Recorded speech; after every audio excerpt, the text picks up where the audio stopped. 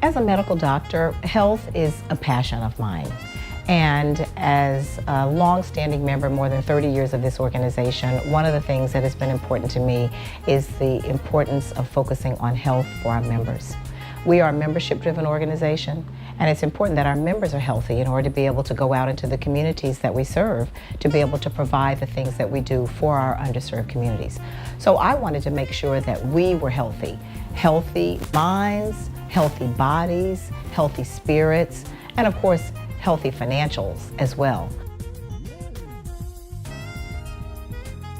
When I think about impactful accomplishments during my 4-year period, I think I have to focus them in 3 areas: membership, programming, and finance philanthropy. So let's talk a little bit about membership.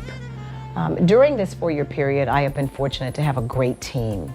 And my team, every single one of my team members has been outstanding.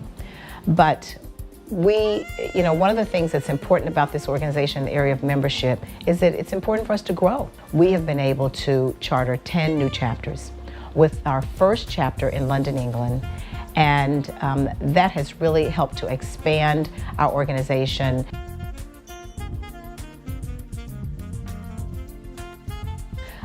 We have been able to raise, at this point, I can tell you, more than $1.6 million for our Vision 2020 campaign.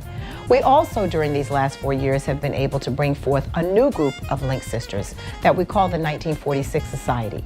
And they are Link Sisters that have given, at a minimum, of $25,000 over a very short period of a minimum of 3.5 years. And because of those donations that have come in, it's really allowed us to be able to boost the amount of dollars that we've been able to raise for our endowment. We were able to go to Memphis, Tennessee, and award the $1 million grant to St. Jude's Children's Research Hospital to focus in the area of sickle cell anemia. Not to be forgotten, our 5 Links medical scholars that you will see and hear about at this National Assembly. We are so excited that we will be able to award $250,000 to 5 young women that are pursuing a career in medicine. And we have some great programs that have stood the test of time, and they've continued on. But during these last 4 years, it's also been exciting to watch our members get very, very involved in areas that I consider social justice matters, such as Black Lives Matter, human trafficking, mental health. Mental health is everywhere. It's even within us as members. Believe it or not, we may have some members in our chapters that are struggling with some matters, some health matters, because after all, you can either have high blood pressure or you can have depression. They're no different. Somehow there is a stigma with mental health conditions, but if your mind's not healthy, then your body's not healthy. So we've tried our best to try to destigmatize the notion of mental health, and I think the best way for us as Links to be able to take this into the communities is for us to place an emphasis on it ourselves. So social justice is what it is at the time, and I think for the organization to continue to be progressive, we've got to be able to keep ourselves laser focused on what the hot topics are at the time and be able to continue to move the organization and help to keep us accepting and adopting those things that are going to help to keep us relevant forever. Our team has been very fortunate to be involved in a few firsts. One of the firsts that was intentional was creating something that I have titled Next Generation.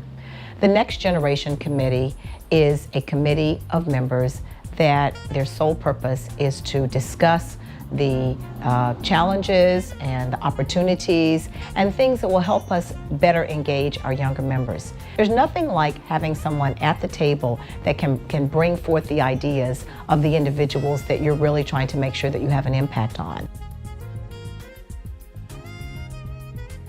I think some kind of way I need to focus on the rigor. It just looks so grandiose. You know, the rigor, the on and off airplanes, the waking up in multiple time zones, the conference call. Somehow I think that's why I think a lot of people sign up to do this and then they get into it and then it's not. And so you say, oh, you've accomplished so much. Well, everybody should have been able to accomplish a lot. I'm just sort of wondering that if there's a way I can not take the glamour away from it, but make it real, keep it real. You know, I can't say I had 35 round trips to DC, or people do that sometimes. They'll come back to you and say, so that's the only thing.